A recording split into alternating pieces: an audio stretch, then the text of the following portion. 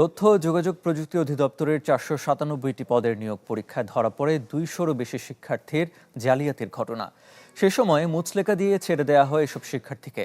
মন্ত্রণালয় থেকে নির্দেশনা দেওয়া হয় জালিয়াতির অভিযোগ তদন্তের, তবে মানা হয়নি সে নির্দেশনাও, যেখানে অনিয়মের অভিযোগ অধিদপ্তরের মহাপরিচালক আবু সাইদের বিরুদ্ধে।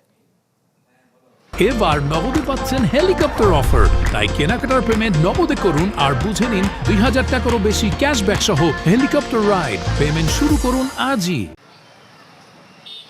গেল বছরের 17 আগস্ট রাজস্ব খাতভুক্ত পদে 497টি পদের বিপরীতে জনবল নিয়োগের বিজ্ঞপ্তি প্রকাশ করে তথ্য ও যোগাযোগ প্রযুক্তি অধিদপ্তর।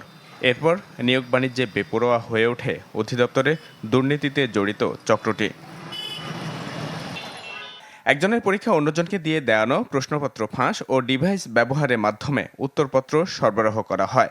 মৌখিক পরীক্ষায় ধরা পড়ার পর প্রায় 200 শিক্ষার্থী লিখিতভাবে দায় স্বীকার করে মুচলেকা দেন।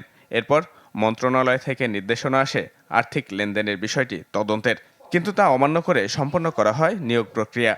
এখানে শাস্তিমূলক ব্যবস্থা তো অবশ্যই হওয়া উচিত ছিল। শুধুমাত্র ধরা পড়লো আর পরীক্ষা থেকে বহিষ্কার করে দিলাম, সেটাই যথেষ্ট নয়। তাদের এই অসৎ উপায় অবলম্বন এবং এটা একটা অপরাধ। এই অপরাধের জন্য অবশ্যই শাস্তিমূলক ব্যবস্থা নেওয়া উচিত ছিল। অভিযোগ রয়েছে, সব বিষয় সম্পর্কে অবগত হয়েও তা এড়িয়ে যান অধিদপ্তরের মহাপরিচালক আবু সাইদ, যেখানে এই মহাপরিচালকের বিরুদ্ধে রয়েছে এডস, ইনফো সরকার 3 সহ বিভিন্ন প্রকল্পে আর্থিক অনিয়মের অভিযোগ জানিয়ে তদন্তও করছে দুদক, যদিও এসব বিষয় অস্বীকার করেন তিনি। আমি আপনার লেখাটা পড়ছি, আপনি রেসপন্স করতে বলছেন, কোনো সম্পৃক্ততা নেই। মন্ত্রণালয়ের নিজস্ব তদন্তে উঠে আসে তথ্য প্রযুক্তি অধিদপ্তরে গেল 1.5 দশকে অনিয়ম দুর্নীতির খতিয়ান, যার আলোকে নেওয়া হয়নি কোনো ব্যবস্থা।